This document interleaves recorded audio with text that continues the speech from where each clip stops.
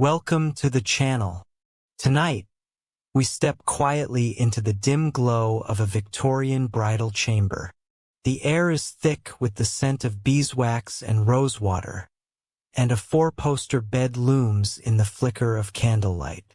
Imagine the hush of polished wood beneath your feet, silk brushing your ankles, and somewhere outside, a church bell tolling midnight. You're here to uncover why Victorian women feared their wedding nights. Moments wrapped not in romance, but in silence, superstition, and the kind of dread no one dared name. And trust me, you wouldn't last a heartbeat under the weight of those corset-tight expectations, nor the secrets whispered behind velvet curtains. So before we slip any deeper, take a second to like this video and subscribe, only if you truly enjoy these journeys through the strange and forgotten. Drop your city and local time in the comments. I love knowing where you're drifting from. Now dim the lights. Maybe let the fan hum low in the background. Tonight, we're stepping into a world heavy with empire, etiquette, and expectation. A time that pressed women into silence and called it virtue. Welcome to the 19th century, where even love came wrapped in fear. The wedding night wasn't just a private milestone. It was a public performance, a test of virtue, duty, and survival in a society obsessed with propriety. You're a young bride, maybe 20, your heart pounding as you await your new husband. Let's call him Charles, whose footsteps echo beyond the door. Fear isn't just about him. It's about everything. The unknown, the pain, the judgment waiting at dawn. You're here to peel back the layers of this dread, starting with the world that shaped it, a maze of rules and silence. Let's ground this with a mainstream fact. Victorian society placed immense pressure on women to be pure and ignorant before marriage, with wedding nights seen as a sacred but daunting duty, as noted in conduct manuals like the Etiquette of Courtship and Matrimony. 1852, you were expected to be a virgin, untouched and uninformed, entering the bedroom with no knowledge beyond vague hints from mothers or maids. You're clutching a lace handkerchief, the candlelight trembling like your nerves, and you're realizing nobody's told you what happens. Next, the marriage contract, sealed with vows, demands you fulfill wifely duties, but the details are a fog, and that ignorance is the root of your fear, a shadow looming larger than the bed itself. Now here's a quirky tidbit. Some brides carried wedding charms, tiny silver lockets with herbs like lavender or rosemary, believed to calm nerves or ensure fertility. In the 1860s, jewelers' catalogs sold these as bridal gifts, tucked into bouquets or sewn into gowns. You're fingering one now, its metal cool against your palm, and grinning it's like a Victorian fidget spinner, meant to soothe but no match for the panic rising in your chest. You're half tempted to pop it open, hoping for magic, but the charm's just a trinket, a frail shield against the night's weight, like those laudanum vials we saw soothing other fears. But not everyone agrees on the source of this dread. Historians still argue whether Victorian brides feared their wedding nights due to personal ignorance or broader societal pressures, with no single cause in diaries or etiquette books. Some, citing letters, say it was the lack of sexual knowledge that terrified. Others, pointing to cultural norms, argue it was the expectation of submission and scrutiny that loomed larger. You're standing by the bed, its embroidered coverlet pristine, and wondering which cuts deeper, the mystery of Charles's touch, or the world watching your every move. The parlor's expectations we felt now anew surround your heart. Step closer to the window and notice the details. The cool glass under your fingers, the faint creak of the floorboards, the way the candle's flame sways like your resolve. This chamber's your stage, a private space that feels anything but. Tied to the London streets we walked, where society's rules were law. You're feeling the paradox you're a bride, celebrated today with flowers and toasts, but also a pawn expected to perform a role nobody explained. The fear's not just physical, it's emotional, social, a tangle of duty and dread. You're thinking of that handkerchief, how it's for tears you can't shed, and the charm a useless token against a night that's both sacred and terrifying. Time for a quick joke. Why did the bride clutch her locket? Because it was braver than she was. You're chuckling, but it's soft. The footsteps outside grow louder, and you're bracing for Charles's knock. You're catching the room's hush, a maid's shadow passing the door, and sensing the stakes. The wedding night's a threshold, not just to marriage, but to a life where your body, your heart, belong to others. Charles. Society, the church. You're wondering about the woman who slept here last, if she trembled like you, or if she found courage in the dark. The fear's real, rooted in a world that demands everything, but explains nothing. As you linger by the window, you're starting to see the bigger picture. This isn't just one night, it's a symbol of Victorian womanhood, where love was duty and fear was part of the bargain. You're thinking of those wedding charms, hiding nerves like laudanum hid pain, and how they mirror the secrets brides kept. The court's rules, the silence around sex, the weight of being pure. They're all here in this chamber, pressing on your chest. You're wondering about other brides, spinsters turned wives. Girls barely a teen, their fears like yours. A shared thread in England's tapestry. The candle burns low, Charles's knock echoes, and you're ready to step deeper into this world, chasing the pressures that made this night a trial. One last chuckle. Why was the bridal chamber so quiet? Because it knew more than the bride did. You're turning from the window, the locket slipping from your fingers as the door creaks open. With wedding night fears heavy in your heart, you're ready to explore the societal expectations that fueled them, a web of rules tightening around. You're stepping out of that candlelit bridal chamber, the locket's weight still in your pocket, and into the bustling parlor of a London townhouse, where the air smells of polished mahogany and the faint rosewater of ladies' perfumes. Crystal. Glasses clink as guests toast your engagement, their smiles sharp under gaslight chandeliers. It's the 1860s, and you're a Victorian bride-to-be, maybe 20. Your crinoline swishing as you nod through congratulations, heart thudding with the wedding night's looming shadow. The chatter's bright, but you're drowning in society's rigid expectations. The unspoken rules that make marriage and its intimates start a test you dread. You're here to explore the pressures fueling this fear, the social code that bound women to roles and judgments, tightening like a corset around your wedding night. This is the Victorian world's grip, and you're feeling its squeeze, sharp as the glances pinning you in place. The mainstream fact is that Victorian society imposed strict gender roles on women, demanding they be pure, submissive, and domestic, with marriage as their ultimate duty, as outlined in conduct manuals like The Young Lady's Friend, 1864. Your job was to be an angel in the house, a moral wife serving husband and family.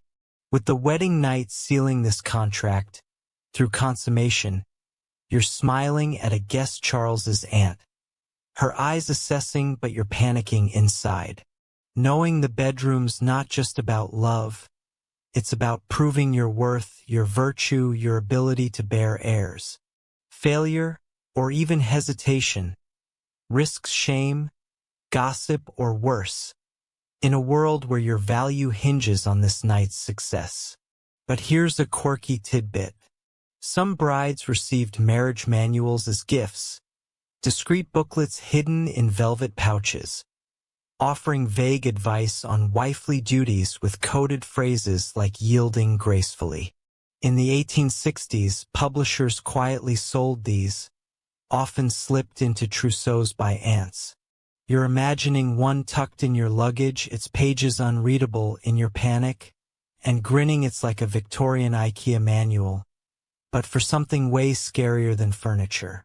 You're half tempted to sneak a peek, but the aunt's stare keeps you frozen. Her not a reminder of the role you're expected to play, locket or no locket from that chamber. Historians still argue whether these expectations empowered women within marriage or crushed them under obligation, with no clear consensus in letters or etiquette guides. Some, citing diaries, say the angel role gave you influence over family morals. Others, noting divorce court records, argue it trapped you in submission, with the wedding night a symbol of lost autonomy. You're weaving through guests, their toasts ringing, and wondering if you're stepping into power or a cage. The fear we felt in the bedroom, now a knot tied by society's rules. Each smile a demand to perform perfectly, a time for a quick joke. Why did the bride's smile wobble? Because society's rules were heavier than her veil. You're chuckling, but its soft a guest's raised eyebrow stifles it, and you're dodging a tray of sherry. You're clutching your fan, its flutter a shield as you take in the scene.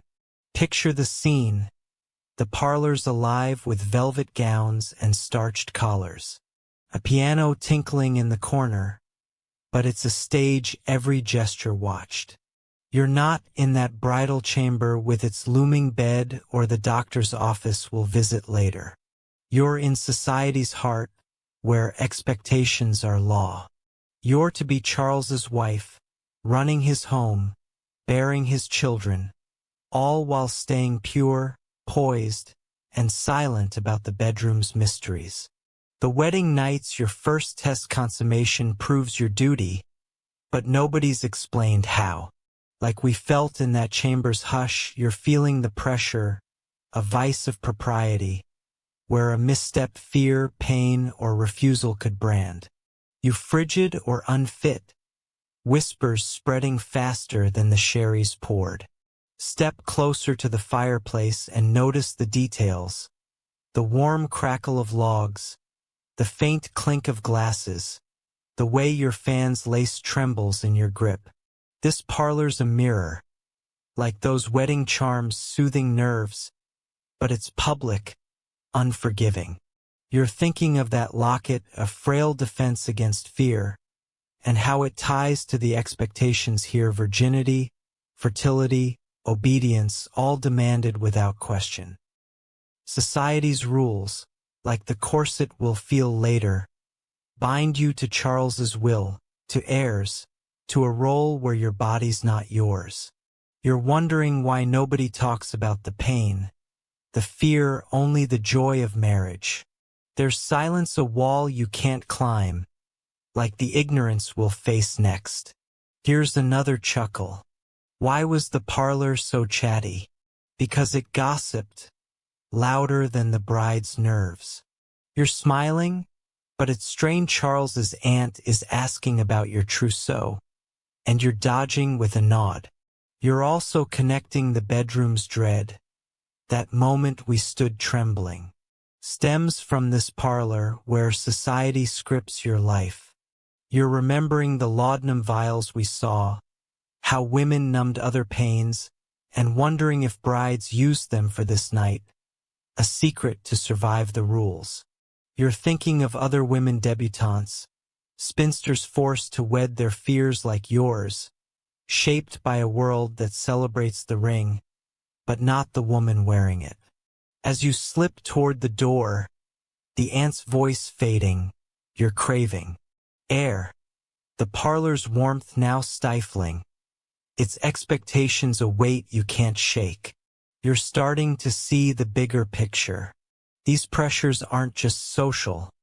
They're a system, making the wedding night a trial where fear's the price of duty.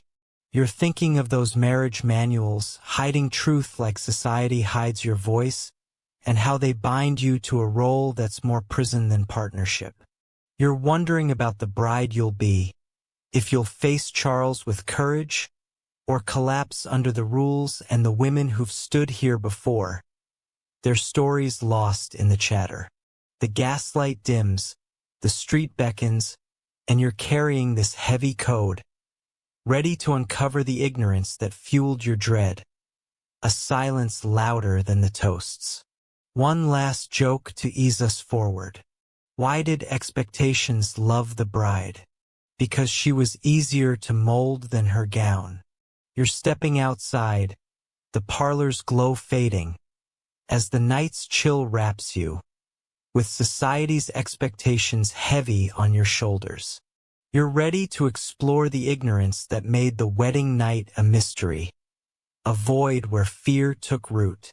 You're hurrying through the foggy streets of London, the damp cobblestones slick under your boots, as the air smells of coal smoke and the faint sweetness of a baker's cart nearby. Gaslights cast hazy pools, and you're a Victorian bride-to-be, maybe 21, your bonnet shielding you from curious glances as you clutch a letter from your mother. It's vague advice about marital duties doing little to calm your nerves. The parlor's toasts and society's rules still echo, but now you're grappling with the ignorance that fuels your wedding night fears. The silence around sex that leaves you unprepared for what awaits. With Charles, you're here to uncover the lack of sexual education for Victorian brides, a void where whispers and warnings replace knowledge, making the bedroom a mystery. This is the fog of unknowing, and you're feeling its chill, sharp as the mist curling around you. The mainstream fact is that Victorian women, particularly young brides, received little to no sexual education before marriage, as noted in social histories and women's diaries from the 1860s. Society prized female purity, demanding ignorance as proof of virtue, with mothers or aunts offering only cryptic hints about submitting to husbands, leaving you clueless about intimacy. You're rereading the letter, its lines about pleasing Charles and enduring the first night maddeningly vague, and you're frustrated, heart racing as you imagine that bridal chamber we stood in is but a puzzle you can't solve. The absence of knowledge isn't just embarrassing, it's terrifying. A gap that society expects you to cross blindfolded. But here's a quirky tidbit. Some brides sought advice from ladies' almanacs, cheap pamphlets sold under the counter, with veiled tips on conjugal relations hidden among recipes and sewing patterns. In the 1860s, stationers' records show these discreet booklets, passed in secret like contraband.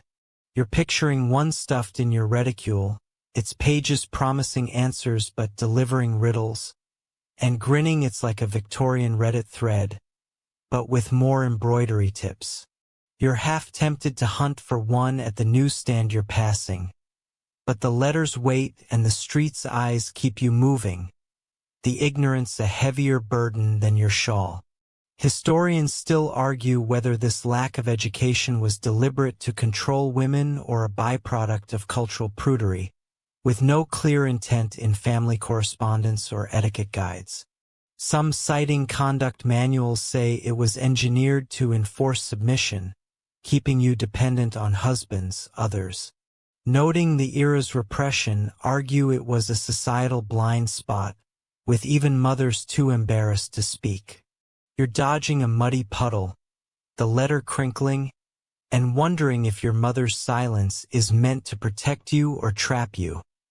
The wedding night's dread we felt in the chamber, now a fire fed by this void, the rules from the parlor tightening, their grip, time for a quick joke. Why was the bride's letter so vague? Because it was scared of blushing too. You're chuckling, but it's quiet, a hawker's shout drowns it, and you're wary of a passing constable's glance. You're tucking the letter away, the fog dampening your bonnet as you take in the scene. Picture the scene, the streets a blur of top hats and hoop skirts, with shop signs creaking and a horse cart rumbling past, its driver cursing the fog. You're not in that parlor with its judging toasts or the bridal chamber's looming bed. You're in a public maze where ignorance is your only guide. You're expected to enter marriage pure, as society demanded we saw, but nobody's taught you what that bed entails: pain, pleasure, or something else. You're feeling the frustration, like a book with missing pages, because the wedding night's a test you can't study for. Your mother's letter, all duty and patience, is no help, and you're piecing together scrap skiggles from cousins. A maid's hushed warning about discomfort, hoping they're enough, but they're not, and the fear grows, a shadow in the fog. Step closer to a gaslight and notice the details. The warm glow on your gloved hand, the faint drip of water from an awning, the way the letter's wax seal cracks under your thumb. This street's your world, like those wedding charms we clutch for courage, but it's isolating, offering no answers. You're thinking of that parlor's expectations, how they demand you be a perfect wife, and how this ignorance serves them, keeping you docile, dependent like a child in that chamber. You're wondering why sex is a secret, why mothers whisper but don't speak, their silence a wall between you and safety. You're craving clarity, but all you have is fear, fed by the void, the same dread that drove some to laudanum vials. We saw a numbing escape, you're tempted by now. Here's another chuckle. Why was the almanac so coy? Because it knew less than the bedroom curtains. You're smiling, but its strained, a street urchin stare makes you pull your shawl tighter. You're also connecting the parlor's rules, that angel in the house myth set the stage. This ignorance is the script, making the wedding night a blind leap, like we felt trembling by the bed. You're remembering those marriage manuals from the parlor, as vague as your mother's letter, and wondering if they're deliberate, a way to keep you in the dark, like the fog. Round you, you're thinking of other brides, girls, and mansions, maids forced to wed their ignorance like yours, a shared silence fueling their fears. Each step toward the altar, a step into the unknown. As you turn toward home, the fog thickening, you're clutching the letter, its useless words a reminder of the knowledge you don't have. The wedding night's shadow growing with every step, you're starting to see the bigger picture. This isn't just a personal gap, it's a societal one, where ignorance was a tool to bind women, making the bedroom a place of fear, not love. You're thinking of those ladies' almanacs, hiding truth like society hides your voice, and how they reflect a world that values purity over power. You're wondering about the bride you'll be, if you'll face Charles with guesses or collapse under the silence, and the women who've walked the street before, their fears unanswered. The gaslight dims, the fog closes in, and you're carrying this heavy void, ready to delve into the medical myths that deepened your dread, a science as murky as the night. One last joke to ease us forward. Why did ignorance love the bride? Because it kept her guessing longer than Charles. You're slipping through the fog, the letter tucked close as the street's hum fades. With the ignorance fueling your fears heavy in your heart, you're ready to explore the medical myths that made the wedding night a mystery, a tangle of lies and dread.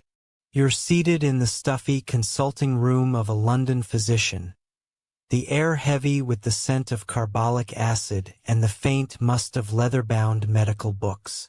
Stacked on a cluttered desk, a gas lamp flickers, casting shadows on anatomical charts pinned to the walls, and you're a Victorian bride-to-be, maybe 22. Your gloved hands twisting a handkerchief as the doctor, all whiskers and grave nods, lectures on female health. Your mother's cryptic letter, clutched on that foggy street, led you here, seeking answers about the wedding night, but his words vague warnings about delicate organs only deepen your dread. You're here to delve into the bizarre medical myths that made Victorian brides fear their first night with husbands like Charles, pseudoscience that turned intimacy into a maze of danger and shame. This is the fog of quackery, and you're feeling its chill, sharp as the doctor's probing stare. The mainstream fact is that Victorian medicine often misunderstood female sexuality, promoting myths about women's bodies that fueled fears about the wedding night, as documented in texts like The Functions and Disorders of the Reproductive Organs, 1857 by William Acton. Doctors claimed women lacked sexual desire, viewing the act as a duty for procreation, with any discomfort or resistance. Labeled as pathological, you're listening to the doctor warn that overexertion on your wedding night could unbalance your womb and you're wincing. The ignorance we felt on the street now cloaked in science, making the bridal chamber's bed we trembled and seem like a battlefield, not a haven. His advice rest, restraint, laudanum if needed offers no clarity, only more dread. But here's a quirky tidbit. Some doctors prescribed bridal tonics, herbal brews with rose hips or valerian, to fortify brides for their wedding night, believing they strengthen fragile nerves. In the 1860s, apothecary ads touted these as essential for delicate ladies. You're picturing a vial of this pinkish sludge on his desk and grinning. It's like a Victorian Red Bull, but for surviving Charles's embrace. You're half tempted to ask for a sample, hoping it's less bitter than laudanum we saw, but his stern tone droning about hysterical tendencies keeps you silent, the myths piling up like the books around you. Historians still argue whether these medical myths were deliberate tools to control women or honest errors born of limited science, with no clear intent in medical journals or case studies. Some citing Acton's texts say they reinforce patriarchal norms, pathologizing women's autonomy. Others, noting the era's crude anatomy, argue doctors genuinely believed their theories. Unaware of their harm, you're gripping the handkerchief, the doctor's words blurring, and wondering if he's caging you or just clueless. The wedding night's fear we felt in the chamber, now a monster fed by this pseudoscience. The parlor's expectations tightening. Their grip, time for a quick joke. Why did the doctor's tonic taste so bad? Because it was brewed with fear, not roses. You're chuckling, but it's hushed, his quill's scratch drowns it, and you're wary of his disapproving glance. You're shifting in the chair, the crinoline's hoops digging in, as you take in the scene. Picture the scene, the consulting room's oppressive, with a skeleton model in the corner, jars of murky liquids on a shelf, and a chart mapping a womb. Like a foreign land, you're not on that foggy street with its silent letter, or in the parlor's judging toasts. You're in a space of supposed knowledge, where myths pass for truth. The doctors spiel women's bodies as fragile, sex as taxing, pleasure as unnatural, makes your stomach churn, because it's not just advice, it's a verdict, echoing the ignorance we faced, turning the wedding night into a medical ordeal. You're feeling the betrayal, how you came for answers but got warnings, each word a brick in a wall between you and understanding, like the letters. Riddles we read. Step closer to the desk and notice the details. The cool brass of an inkstand, the faint whiff of ether from a bottle, the way the chart's ink lines twist like your nerves. This room's a stage, like those ladies' almanacs we hoped for on the street, but it's deceptive. Dressing lies in science. You're thinking of that bridal chamber, how its fear was rooted in this ignorance, and the parlor's rules, demanding purity without knowledge. The myth swarms wandering. Nerves fraying make intimacy a danger, not a bond, and you're wondering why your body's a mystery even to you. The doctor's words as useless as that wedding charm we clutched. You're craving truth, but all you get is fear, a shadow growing with each delicate warning, tempting you toward laudanum's haze we saw. Here's another chuckle. Why was the doctor's chart so wrong? Because it mapped wombs but missed the point. You're smiling, but it's bitter. His lecture on restraint feels like a scold, and you're thinking of escape. You're also connecting the street's silence, the parlor's expectations they've led here. Where medical myths deepen the wedding night's dread, we felt trembling by the bed. You're remembering those marriage manuals, as vague as this doctor, and how they align with his nonsense, keeping you in the dark to serve society's rules. You're thinking of other brides, debutantes, seamstresses, their fears fed by these lies, their bodies misunderstood. Each visit to a doctor like this a step toward panic, not peace. As you rise from the chair, the doctor's voice fading. You're craving air, the room's stuffiness mirroring the myths choking your mind. His prescription for calm, another veil over truth. You're starting to see the bigger picture. These myths weren't just errors. They were a system, making the wedding night a gauntlet by framing women's bodies as frail, their desires as flaws. You're thinking of those bridal tonics, masking fear like laudanum masked pain, and how they reflect a society that prefers control over clarity. You're wondering about the bride you'll be, if you'll face Charles with these lies, or seek your own truth. And the women who sat here before, their dread unanswered. The gaslight dims, the street awaits, and you're carrying this murky science, ready to navigate the husband's power that loomed over the night. A legal shadow as dark as the myths. One last joke to ease us forward. Why did myths love the wedding night? Because they scared brides better than ghosts. You're slipping from the room, the handkerchief crumpled as the door clicks shut, with medical myths heavy in your heart. You're ready to explore the husband's unchecked power, the rites that made the wedding night a trial. You're pacing the creaky floorboards of your family's modest drawing room, the air tinged with the scent of coal dust, and the faint lavender of your mother's sachets tucked into the sofa.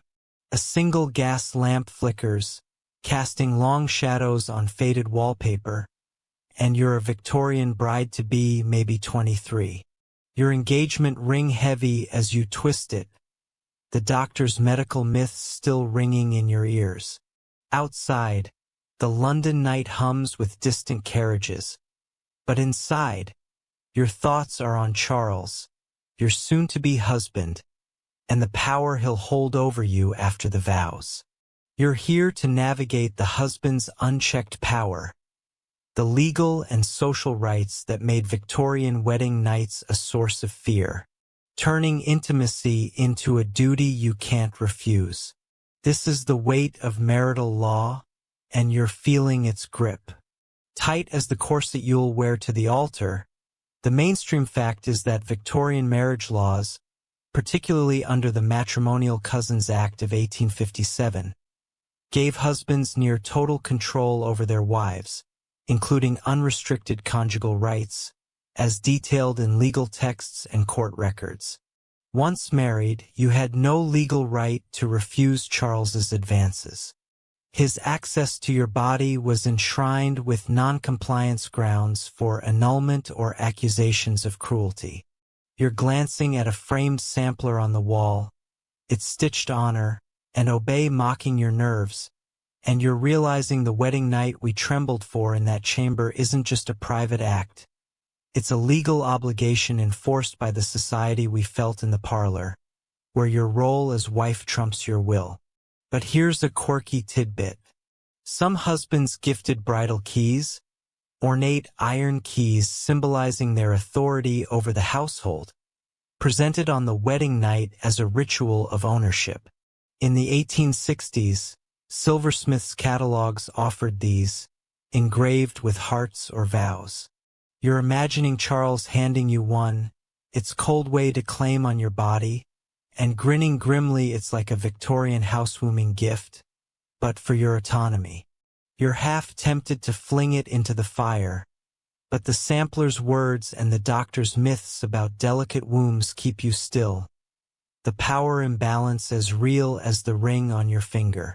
Historians still argue whether husband's power was absolute or tempered by social norms, with no clear consensus in legal cases or diaries. Some, citing court rulings, say men exploited their rights with impunity, especially in the bedroom. Others, noting love letters, argue mutual affection or moral pressure softened their control, giving you some leverage. You're pacing faster, the floor creaking, and wondering if Charles will be kind or claim his rights like a lord. The ignorance we faced on the street and the medical myths we heard weaving a net, where his power feels like a sentence. The wedding night, a trial you can't escape. Time for a quick joke. Why was the bridal key so heavy? Because it locked more than just the door. You're chuckling, but it's soft, the lamp's flicker feels judgmental, and you're wary of your mother's footsteps upstairs. You're pausing by the fireplace, its embers low. As you take in the scene, picture the scene, the drawing room small but stiff, with a chipped teapot on a side table, a worn Bible by the sofa, and the sampler glaring like a contract. You're not in that doctor's office with its womb charts or the foggy street silence. You're in a domestic cage, where Charles's power looms larger than the wedding night itself. The law says your body's is on that night, and every night after making the bed we saw a place of obligation, not love. You're feeling the injustice. How society's rules from the parlor and the doctor's myths from the consulting room justify this, framing you as delicate to be claimed, not cherished. You're wondering what consent means when the law, the church, and Charles all say you owe him. The fear we felt by the bed, now a legal chain. Step closer to the sampler and notice the details. The rough thread under your fingers, the faint tick of a clock, the way the lamp's light makes the stitches gleam like a warning. This room's your reality, like those ladies' almanacs we hoped for, but it's suffocating, echoing the ignorance that left you unprepared. You're thinking of that wedding charm, a frail token against dread, and how it's useless against Charles's rights, backed by laws that see you as property. You're wondering why your mother never warned you if she feared her own wedding night. Her silence part of the system that gives Charles this power, like the medical myths that called your body a risk. You're craving defiance, but the law's a wall and you're trapped. The laudanum vials we saw tempting as a way to blur this truth. Here's another chuckle. Why did the husband love his key? Because it opened more than his wife's heart. You're smiling, but it's bitter. The Bible's pages flutter in a draft and you're thinking of escape. You're also connecting the dits, the street's ignorance, the parlor's expectations, the doctor's lies they've led here, where Charles's power is the wedding night's true terror. Not just the act, but the ownership it seals like we felt trembling in the chamber. You're remembering those marriage manuals, vague as the law's mercy, and how they align with this system teaching submission, not partnership. You're thinking of other brides, wealthy heiresses, factory girls, their wedding nights under the same law, their fears like yours. Each vow is surrendered to a man's right, not a shared promise. As you sink onto the sofa, the sampler's words blurring, you're aching for a way out. The drawing room's warmth now a prison, Charles's. Power a shadow you can't outrun, you're starting to see the bigger picture. This isn't just about one night, it's about a society that gave men the keys, making the wedding night a legal claim, not a choice. You're thinking of those bridal keys, symbols of control like laudanum was of escape, and how they reflect a world that binds women to duty over desire. You're wondering about the wife you'll be, if you'll bend to Charles's rights or find a crack in the law's wall, and the women who've faced this before, their courage hidden. The lamp dims, the night presses in, and you're carrying this heavy power, ready to face the painful first encounters that loomed in the bedroom. A physical fear born of law and lies. One last joke to ease us forward. Why was the law so cruel? Because it loved husbands more than brides. You're rising from the sofa, the letter left behind. As the room's hush deepens, with husband's power heavy in your soul, you're ready to witness the physical fears of the wedding night, the pain that made it a trial. You're back in that candlelit bridal chamber, the one where we first felt your trembling dread. But now the door's creaking open, and Charles's shadow fills the frame. His boots heavy on the polished floor, the air's thick with the scent of beeswax and the faint rosewater of your wedding bouquet, wilting on a side table. It's the 1860s and you're a Victorian bride, maybe 23. Your silk nightgown clinging as you stand frozen by the four-poster bed, heart pounding like a trapped bird. The weight of Charles's legal power, that iron grip we felt in the drawing room, looms larger now, but it's the physical reality of this night pain, uncertainty. The act itself that's sharpening your fear. You're here to witness the physical fears of consummation, the bodily unknowns that made Victorian wedding nights a trial for brides like you, steeped in ignorance and myth. This is the moment of truth, and you're feeling its edge, raw as the candle's wavering flame. The mainstream fact is that Victorian brides often feared the physical pain of their wedding night, due to their lack of sexual knowledge in the era's medical misconceptions, as noted in women's diaries and medical texts from the 1860s. Without education, like we saw on that foggy street, you expected discomfort or worse, based on whispered warnings of endurance or the doctors. Myths about delicate wombs we heard in the consulting room. You're clutching the bedpost, Charles's gaze heavy, and you're bracing for pain you can't name. The act of mystery that society, with its parlor rules we navigated, insists you perform, no matter the cost to your body or heart. But here's a quirky tidbit. Some brides were given bridal pillows, small cushions stuffed with chamomile or lavender, meant to ease tension during the wedding night's ordeal. In the 1860s, seamstresses' catalogs offered these, embroidered with doves for calm. You're picturing one on the bed, its scent faint, and grinning it's like a Victorian stress ball. As useless as that wedding charm we held in this room, you're half tempted to hug it, hoping it'll dull the ache in your chest. But Charles's step closer snaps you back. The myths and ignorance we've carried making this moment a gauntlet, not a gift.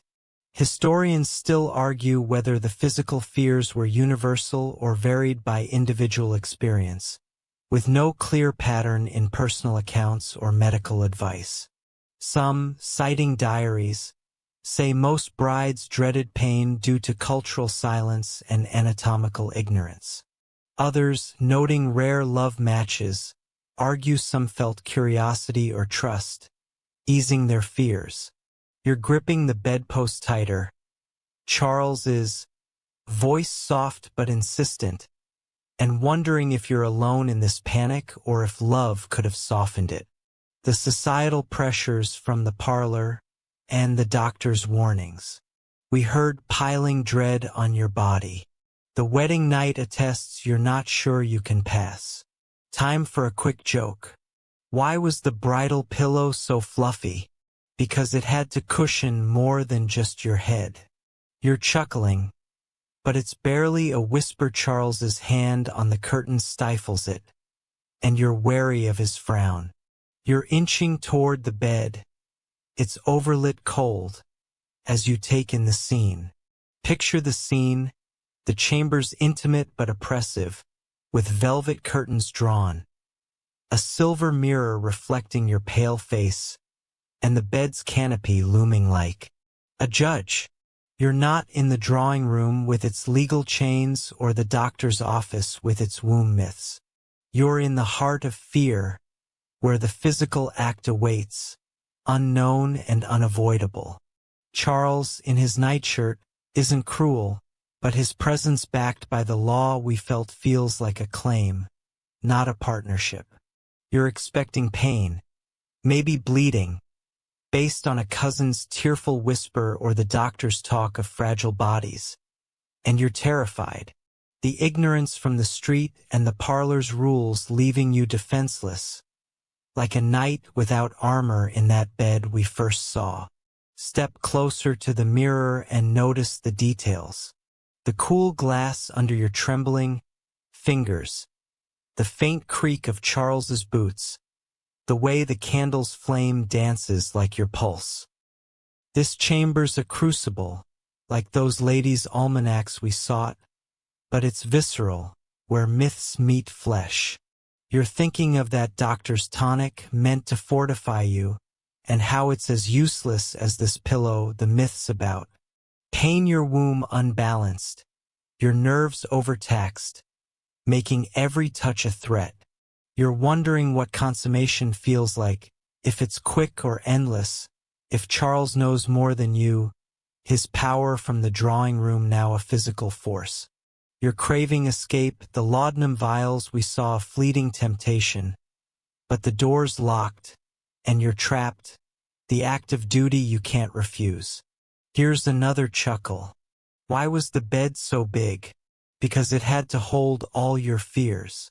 You're smiling, but it's fleeting. Charles's hand grazes yours, and you're thinking of survival.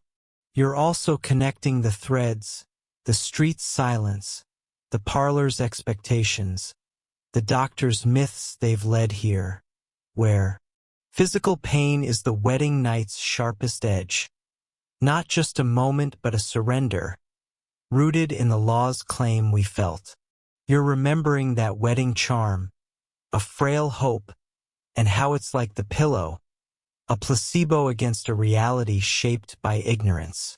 You're thinking of other brides, heiresses in mansions, maids in attics, their bodies, like yours braced. For the unknown, each pain a shared secret, their fears a chorus of the dread we've carried since the chamber's first glow. As you ease onto the bed, Charles's shadow closer, the candle's flicker dims, and you're bracing for the pain. The physical truth of this night, your body a stranger in a world that demands it perform. You're starting to see the bigger picture.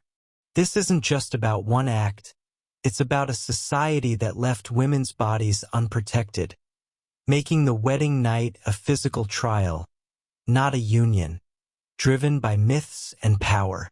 You're thinking of those bridal pillows, softening nothing, like laudanum's false peace, and how they reflect a world that dresses fear in love. You're wondering about the wife you'll be, if you'll endure or break, and the women who've faced this bed before, their strength unseen. The candle gutters, Charles's breath is near, and you're carrying this painful fear, ready to face the gossip that awaited its outcome. A cruel sting to follow the night, one last joke to ease. U.S. forward. Why did the bride fear the dawn? Because it tattled louder than her pain. You're sinking into the bed, the curtain falling, as the chamber's hush deepens, with the physical fears of consummation heavy in your soul.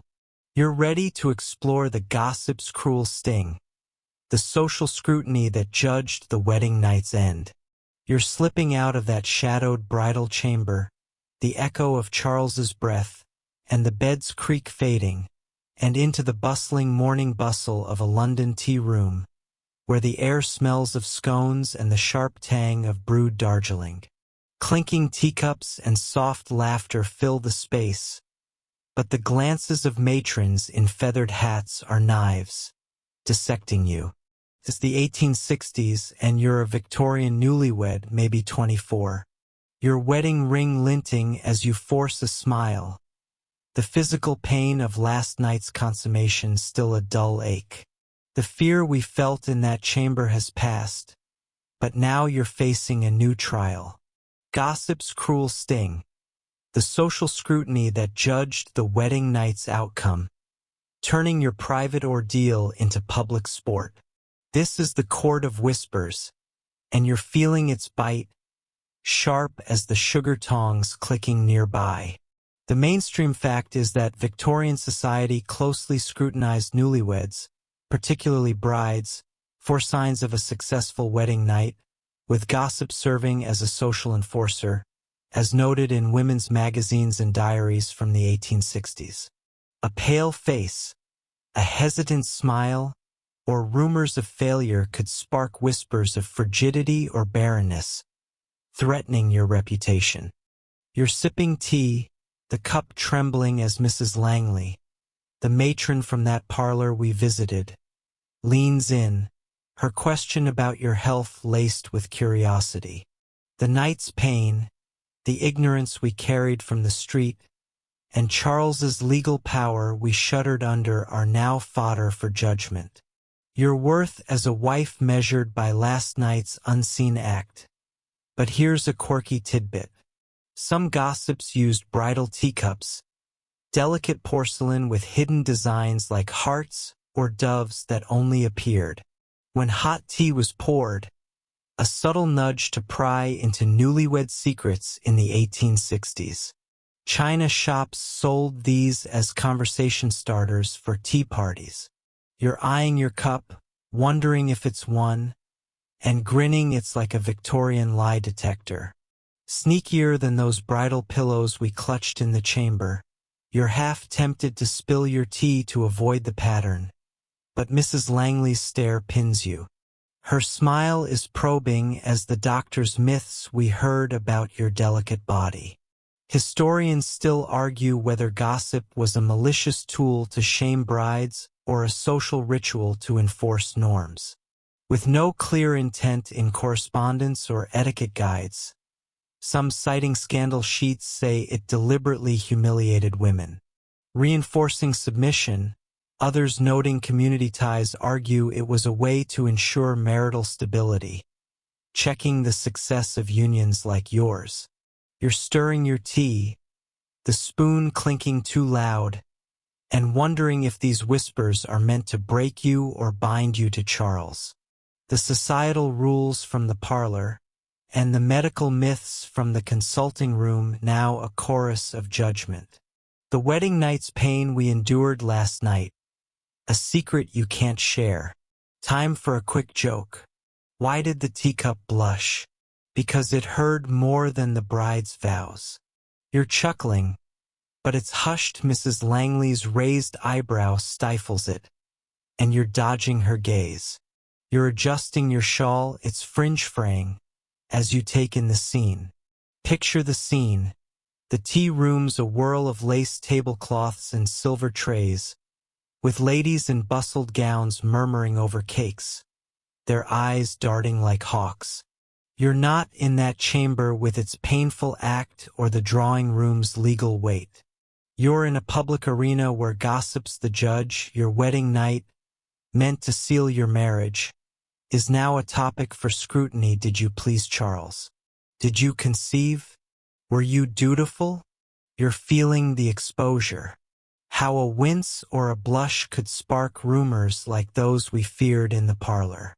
Where society demanded perfection, the ignorance from the street, the myths from the doctor, they've left you defenseless. The pain we faced last night, a mark you can't hide from these prying eyes. Step closer to the table and notice the details. The cool porcelain of your cup, the faint hum of a violin from the corner, the way Mrs. Langley's fan flutters like a warning. This tea room's a courtroom, like those ladies' almanacs we sought for answers, but it's merciless. Turning your body's truth into scandal, you're thinking of that bridal pillow, a frail comfort against pain, and how it's useless. Now gossip stings sharper than Charles's touch. You're wondering why your night's outcome, success or struggle, is everyone's business. Their whispers echoing the law's claim we felt, where your body was his, not yours. You're craving silence, but the teacups clink and you're exposed. The laudanum vials we saw tempting as a way to blur this shame, though you resist. Eliza's letter in mind, here's another chuckle. Why was gossip so nosy? Because it wanted to sleep in your bridal bed. You're smiling, but its strained. A younger lady's giggle pulls you back, her eyes curious about your glow. You're also connecting the duds, the parlor's expectations, the street's ignorance, the doctor's myths, Charles's power. They've led here, where gossip's the wedding night's final judge, not just a moment but a verdict, like we feared trembling in the chamber. You're remembering those marriage manuals, vague as these whispers, and how they align with this scrutiny, demanding proof of your duty without caring for your pain. You're thinking of other brides, heiresses, shop girls, their nights dissected. Like yours, each whisper a shared wound. Their fears a mirror to the dread we've carried since the locket's weight. As you set the teacup down, Mrs. Langley's questions pressing. You're aching to flee. The tea room's warmed, now a trap. This gossip a net you can't escape. You're starting to see the bigger picture. This isn't just chatter, it's a system making the wedding night a public trial, where your body's performance is everyone's to judge, driven by rules and myths. You're thinking of those bridal teacups, revealing secrets like gossip, reveals your shame, and how they reflect a society that watches but doesn't help. You're wondering about the wife you'll be, if you'll weather these whispers or crack under their sting. And the women who've faced this table before, their courage buried in the clatter. The gaslight dims, the chatter swells, and you're carrying this cruel scrutiny, ready to probe the religious guilt that deepened the night's fear. A spiritual weight as heavy as the gossip slash. One last joke to ease us forward. Why did the matrons love tea parties? Because they brew rumors faster than the kettle. You're rising from the table, the teacup left behind, as the tea room's buzz fades, with gossip's cruel sting heavy in your soul. You're ready to explore the religious guilt that haunted the wedding night, a divine shadow on your fears. You're kneeling in the cool stone nave of a London church, the air heavy with the scent of incense and wax. As candlelight flickers across stained glass, saints gazing down, the organ's low hum vibrates through the pews, and you're a Victorian, newly wed, maybe 24, your hands clasped tightly in prayer.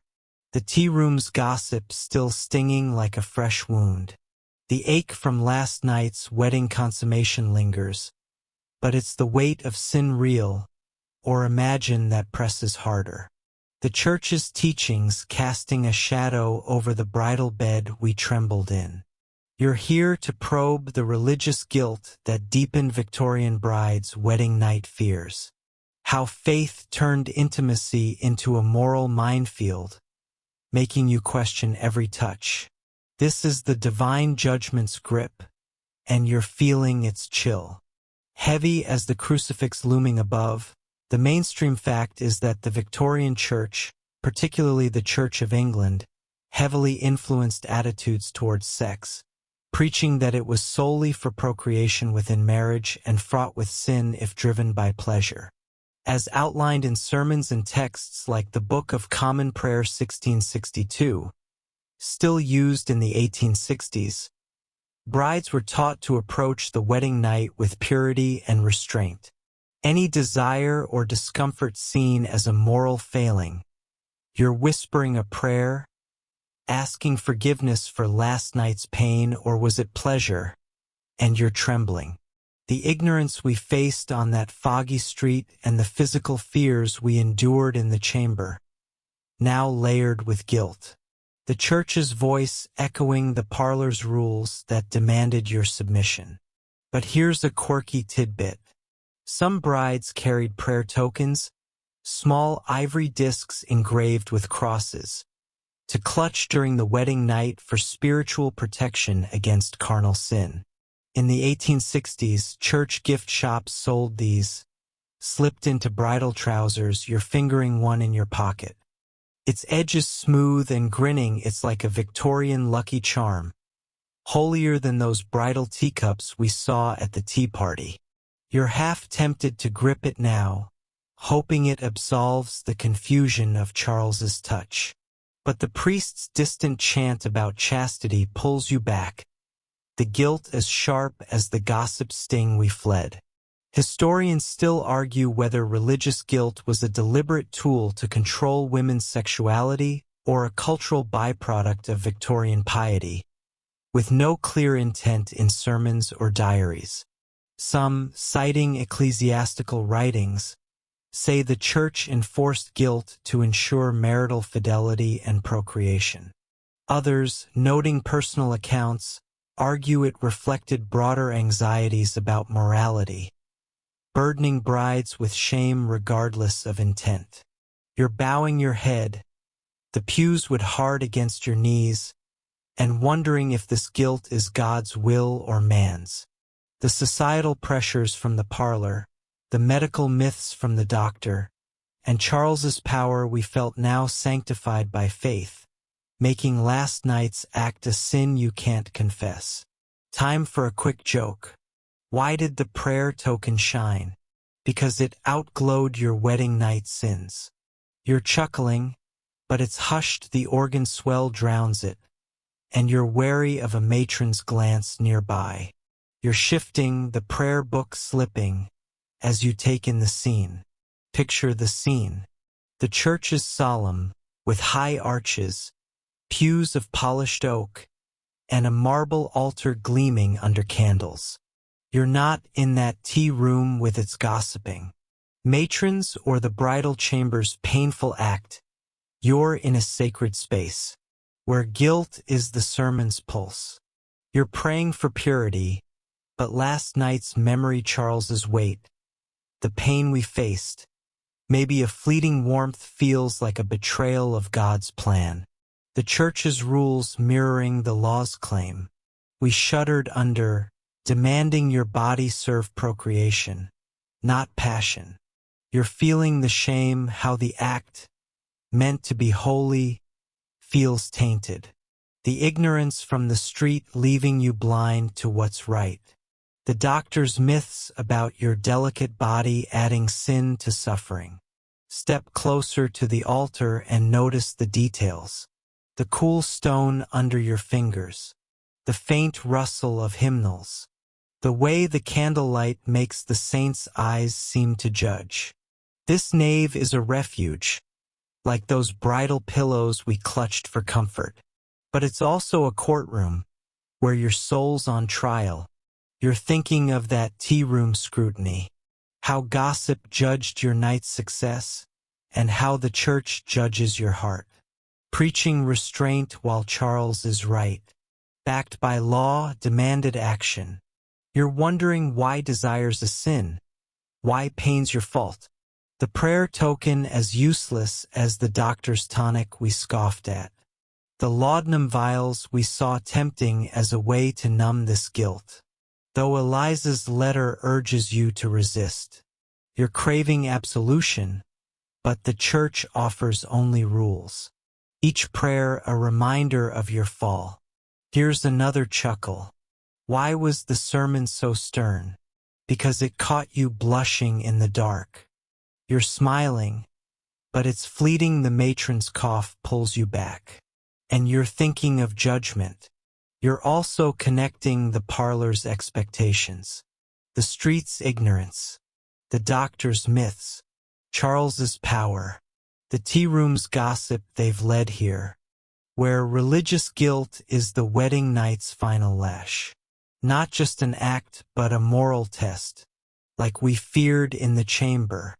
You're remembering those marriage manuals, vague as the church's code, and how they align with this shame, teaching duty over desire.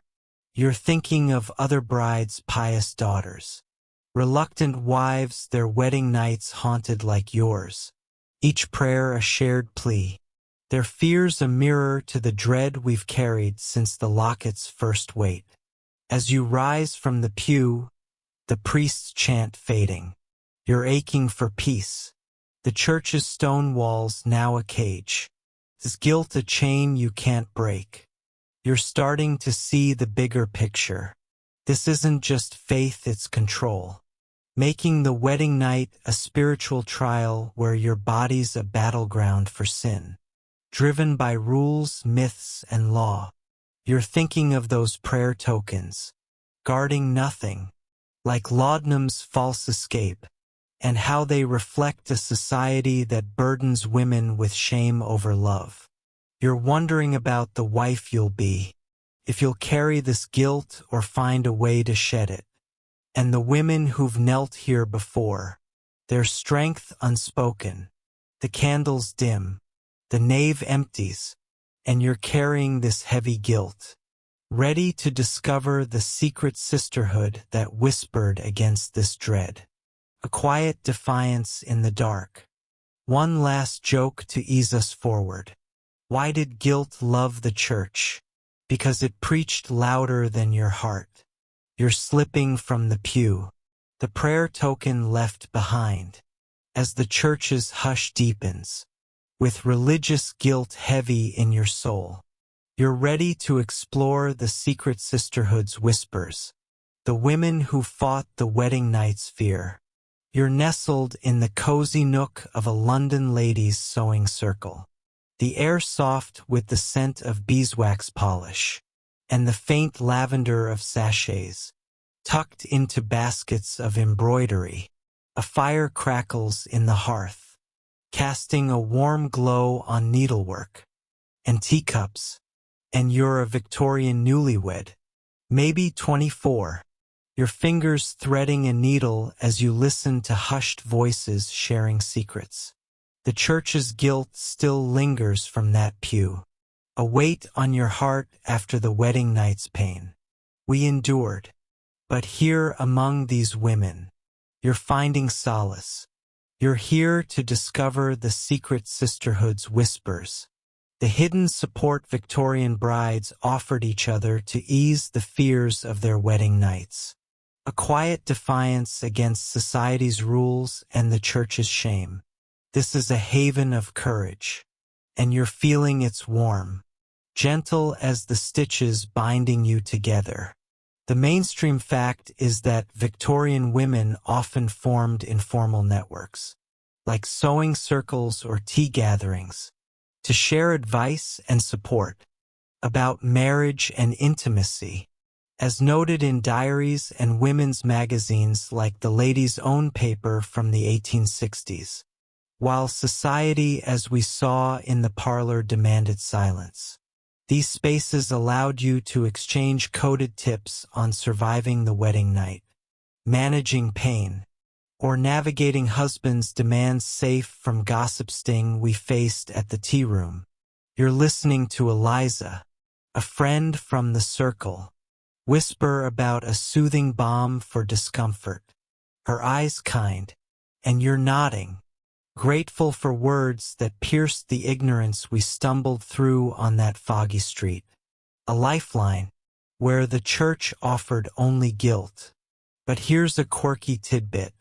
Some women passed bridal letters, handwritten notes folded into embroidery patterns, with discreet advice on wedding night survival, like using pillows for comfort or timing intimacy to avoid pain. In the 1860s, these were swapped in sewing circles, hidden like contraband. You're picturing one tucked in your basket. Its ink smudged and grinning, it's like a Victorian DM. Sneakier than those prayer tokens we clutched in the church. You're half tempted to unfold it now, eager for its wisdom, but Eliza's soft voice keeps you focused. The sisterhood's whispers a shield against the fears we've carried since that bridal chamber's dread. Historians still argue whether these networks were widespread or limited to closed-knit groups, with no clear scope in personal accounts or social records.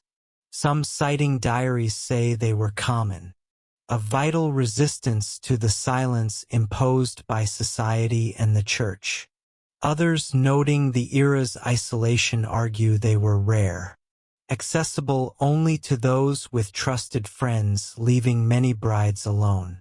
You're threading your needle. The fires glow steady and wondering if this circle's strength is a secret shared by thousands or a fragile gift. The societal rules from the parlor. The medical myths from the doctor and Charles's power. We faced now softened by these voices. The wedding night's pain we felt to wound their helping heal. Time for a quick joke. Why did the bridal letter whisper? Because it knew more than the vicar. You're chuckling, but it's soft. The clink of a teacup stifles it, and you're wary of a new member's curious glance. You're leaning closer to Eliza, the needlework forgotten, as you take in the scene. Picture the scene. The sewing circle's intimate with cushioned chairs. A low table strewn with threads and a teapot steaming gently.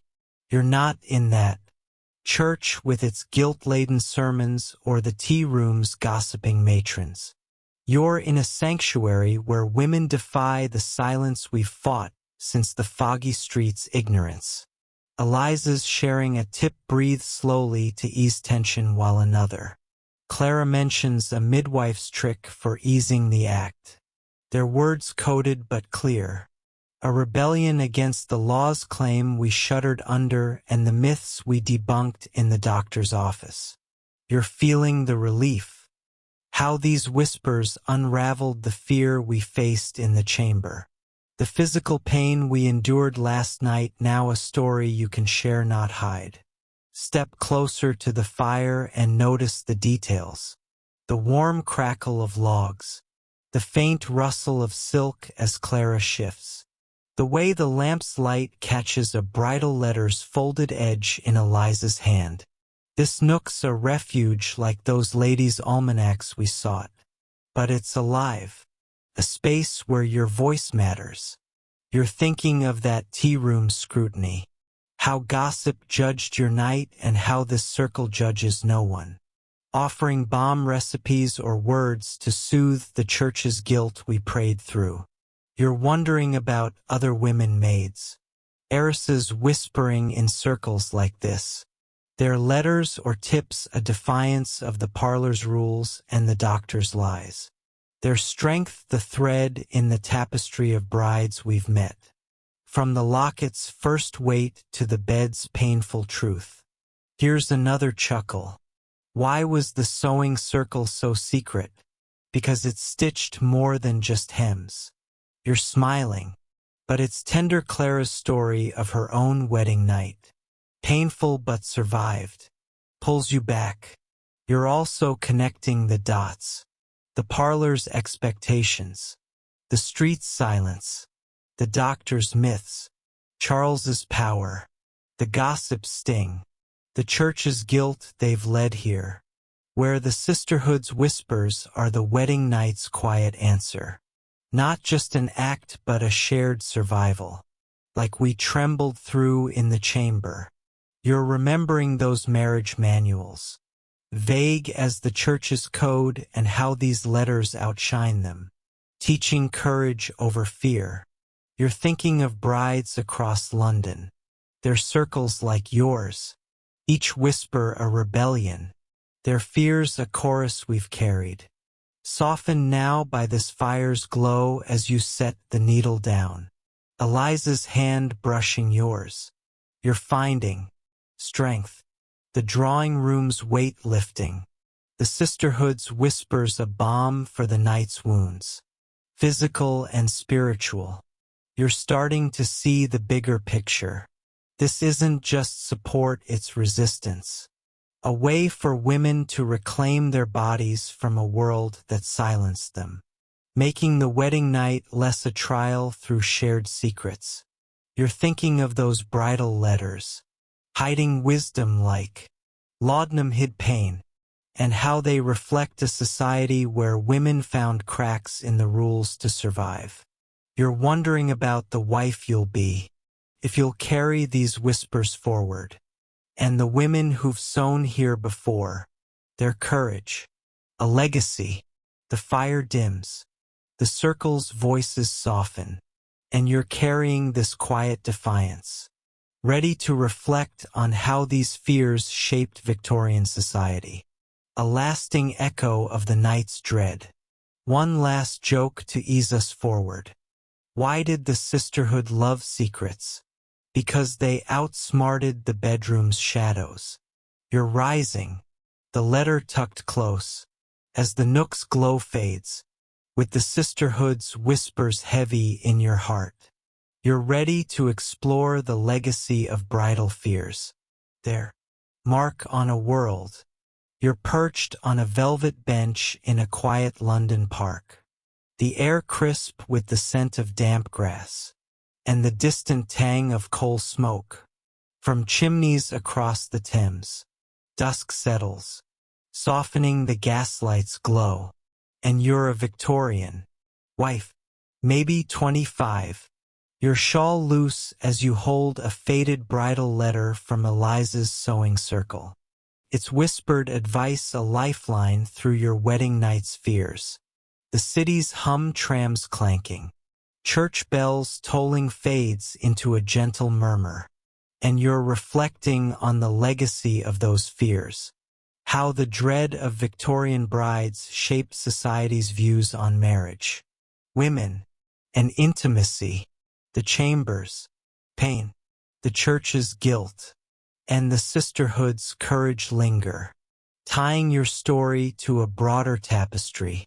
This is the echo of a silent struggle, and you're feeling its weight, soft as the twilight, but enduring as the bench beneath you.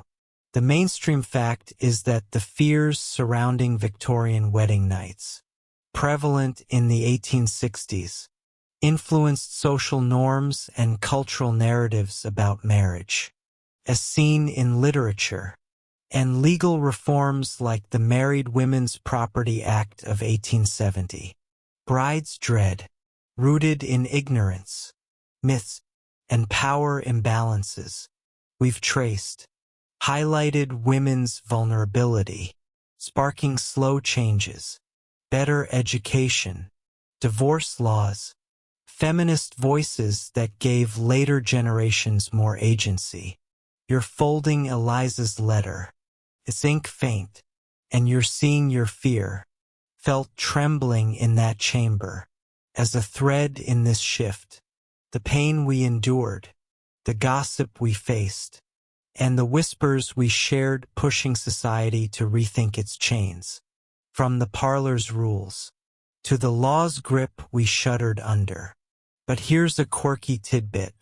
Some Victorian brides' fears inspired wedding night novels. sensational stories sold in penny dreadfuls, with heroines fainting or fleeing their husbands' beds. In the 1870s, publishers churned these out, capitalizing on the dread we've carried.